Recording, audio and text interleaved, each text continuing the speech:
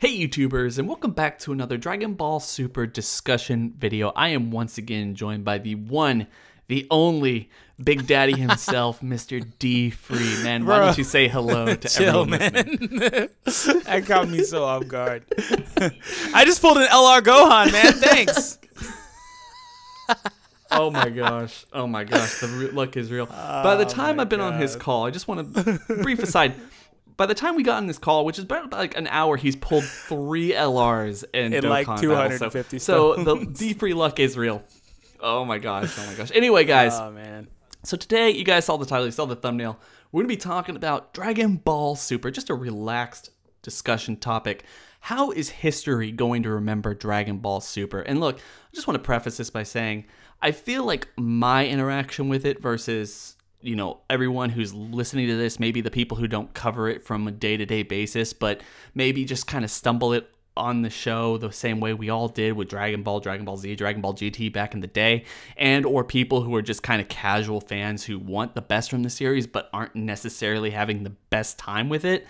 I think that there's going to be a wide range of people going back, watching this series, rewatching this series, and kind of having an emotional connection with it in one way or another. And that's what I want to talk about here is, how do you think you are and how do you think the general audience is going to be reacting to this series 10, 15 years down the line?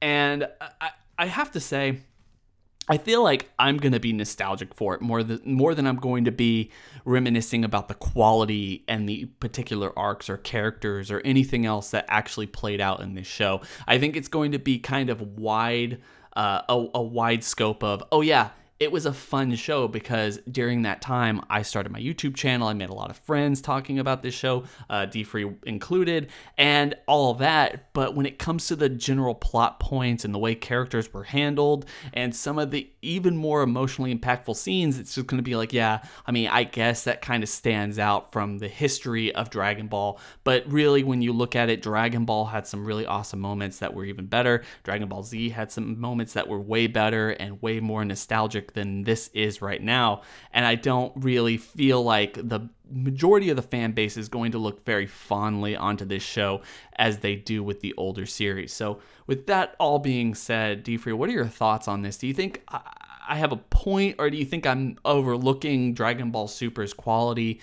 or the way that history might be looking at it somewhere down the line?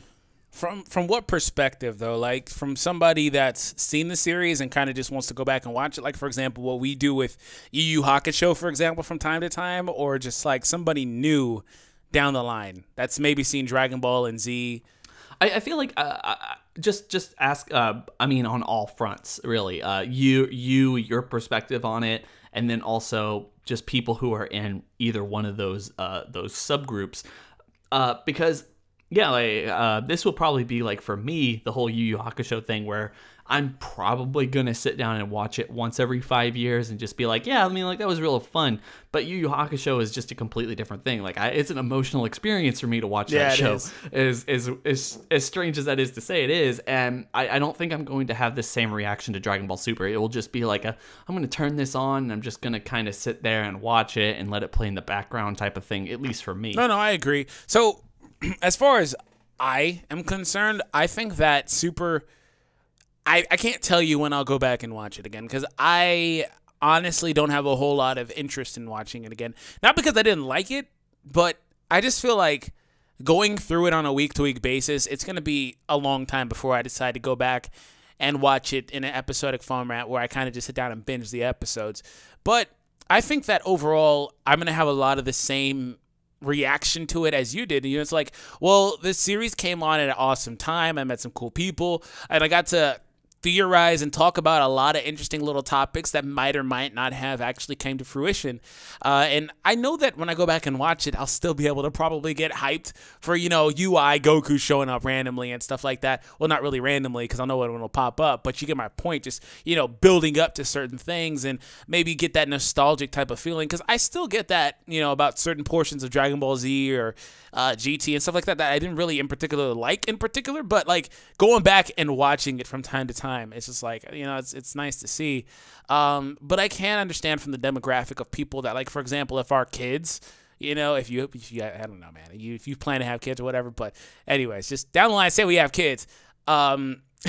If they were to watch it, I think they think it's the best thing ever, you know, to be honest, especially because it would be something that they're not familiar with. And I think that a lot of people, once they got over the hate for Super, the disdain for Super early on, and, you know, when Super started getting into original content, a lot of people started feeling the same way. But there's also that demographic of people that never really recovered from that. You know, people will say, oh, Super's trash and stuff like, well, you're free to an opinion.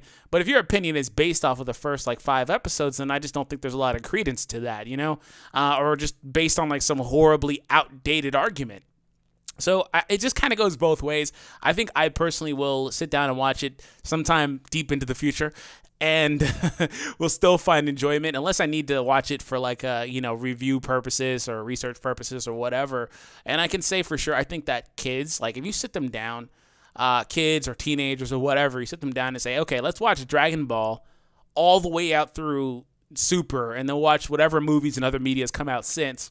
I think they'll really enjoy it. I mean, you'll get to see, because in a binge format, you get to see Goku's progression from kid to literally being God tier.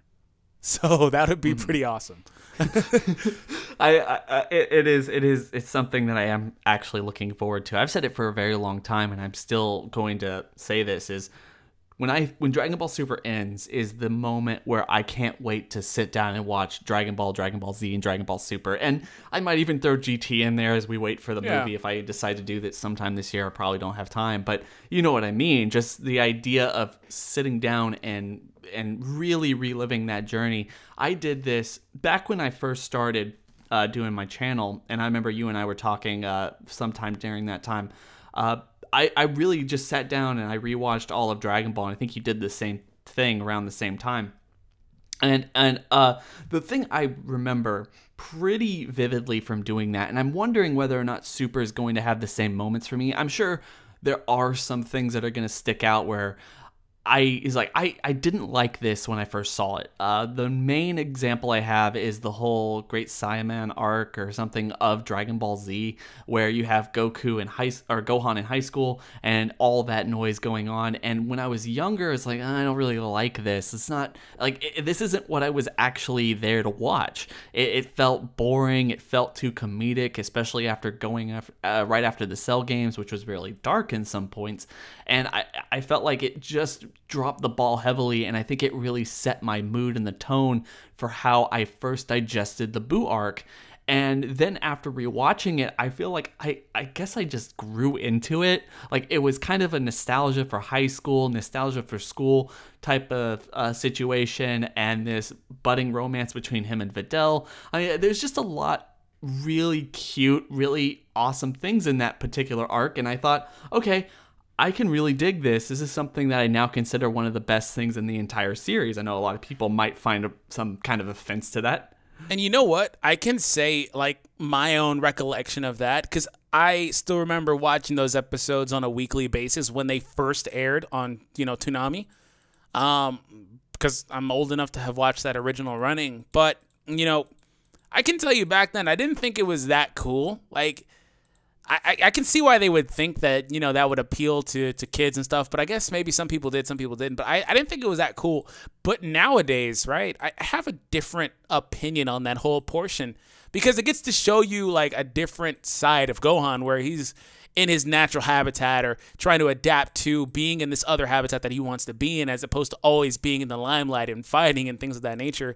So just for that in particular, maybe something like this will happen for Super as well, where you can kind of just in hindsight 2020 and just say, well, I didn't really like this, but now I can appreciate it more. Exactly. And I think if history is going to treat Super in one way, and I want to be optimistic here. I feel like there is going to be a lot of pessimism when it comes to Super. I think especially with the way they've decided to treat the ending of the series, as we talked about in the video that you and I just did together, I feel like there's going to be a lot of criticism and a lot of comparison to Dragon Ball GT. Oh, it was a little bit rushed. A lot of this stuff was kind of rehashed from stuff that we had seen before. It wasn't as original as I wanted it to be. A lot of this stuff kind of fell flat, and they had a lot of story potential that they just kind of squandered, that type of stuff. And I feel like, and I can't say right now because you said like perfectly it's in hindsight, you don't know what's going to really strike you as you get older. And I have to say, as much as I love Dragon Ball,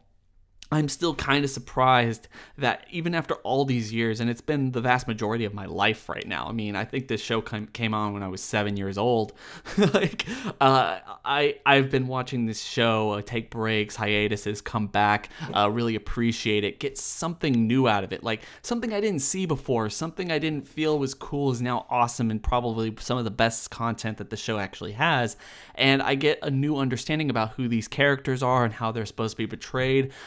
Especially since I got in my YouTube channel, I started figuring out as you go through the Japanese dub for the first time and realized, Goku's character wasn't really well portrayed in the original English dub. So like I had this whole different perception of him now. I mean, there's a lot more to learn and a lot more to take in as you go through it, as you grow with the show. And I think that it's possible that Super is going to end up being that way.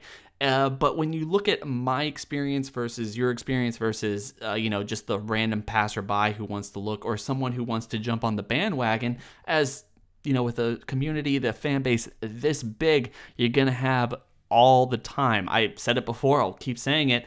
I feel like the majority of the fan base hasn't watched or hasn't watched ever or hasn't watched in a very long time Dragon Ball GT, and they have a sour taste in their mouth, not just because of these vague memories of it not being as good as Dragon Ball Z. Well, and also secondhand opinions too. Exactly. And secondhand opinions saying, oh, it's not good, don't bother. So it's like, okay, it's not good, don't bother. I think Dragon Ball Super is going to probably fall into that same line as Dragon Ball GT did sometime down the line. There's going to be a segment of the fan base who just think this isn't good. I mean, it's just it's not what we wanted it to be. It wasn't the successor to Dragon Ball Z that we wanted it to be. So don't waste your time. It's trash. And that's not really what I think we should be doing. I think, we need to take some time with it. It's going to end this in a couple of weeks, maybe in a year or two. Re-embrace it, rewatch it, casually binge it if you must, and then think about it. What really struck you that didn't get you the first time around and something like that. And I gotta say, I'm kind of excited to do that. As much as I'm feeling like it's not going to live up to the exact same hype as watching it week to week or in talking with you or MJ or anyone else like that, I think that there is going to be a lot of value in going back and watching it on my own time as fast as I want without having to wait for episode to episode and actually get to experience it really the same way I've experienced all these other shows in the series. Bro, hell yeah, I would definitely love to watch it without, basically unimpeded, right? Just be able to sit there and experience it without having to wait, deal with the circle jerk of week to week, or maybe there's no episode this week, or, stuff like that. So I can agree with that. And I just think that, it might, and hopefully that doesn't happen, because it kind of bothers me when it comes to certain things. Like, I don't personally think GT is all that bad. I've watched it a few times. I really don't think it's all that bad. I think there are a lot of issues with it, and I think there are a lot of portions of it that are just unnecessary, like namely the beginning of the the show in particular. But like, I don't think it's all that bad. And just general consensus of it is that it's trash. It's the worst thing ever, Dragon Ball, and I think that might be going a bit far. But I can see why some people would kind of associate Super with that, because Super has a lot of the same issues, but also just in a separate regard. To be honest, it's kind of probably not popular opinion, but we give Dragon Ball Z a bunch of plot armor in these debates between which is like the best series of Dragon Ball just in general anyway, because I honestly think the original one is the best one. That's just me though. So I like I said, I feel like a lot of these opinions, these plot, like the armor really I think is nostalgia armor. Yeah. Like Z is what I mean, I know myself, and I'm sure you as well. Like, it is the first thing that many people, especially in the Western world, found first. Yeah. And I don't care how good Dragon Ball is, and I know it's good. I've watched it a couple times the whole way through. It's just, it's never going to compare, because I can't sit there and watch this show and remember being like 7 years old watching it for the first time, and I think that plays a huge part in my perception of it and my joy for it. Yeah, and that's totally fair. I think that goes for me too. Like, I love Z, and I always will love Z, and I don't think I can ever feel the same way about any other Dragon Ball media. Not to single out Super. I just think at this point, I can't really associate anything else the same way. You know, it's kind of like your first love, right? So it really is, and I think that's the best way to actually explain it. But like I said, it's a completely different experience. When Z was out, we weren't doing this. You know, we weren't able to get up and to make videos with people across the country about our love for it and just discuss it in detail. The best we had was like the playground, you know? Yeah, and school, yeah. Yeah, so I just thought that this would be a really interesting question to ask, and probably hopefully start a conversation with everyone in the comment section below, where their thoughts are, where this show is going to be in 2 or 3, 4, 5, 6, 7, 8, 9, 10 years or something. And how you think that you're going to approach this show sometime in the future. How do you think the community as a whole is going to approach this show in the future? Is it going to be a GT level, just avoid it? Or is it going to be like, man, that reminds me so much of Dragon Ball Z. You should really see that. In fact, watch it beforehand, because it will get you excited enough with these characters. So when you go back to Dragon Ball, you're going to know where it's going, and you're going to be invested from the get-go or from that moment on. I think I could see that happening as well. I mean, there's just a lot of different possibilities here. Do you have any closing words, man? No, man, totally. We said everything that we needed to say here, man. I have nothing else to say, man. Totally. That's it, man. Thanks for having me, man.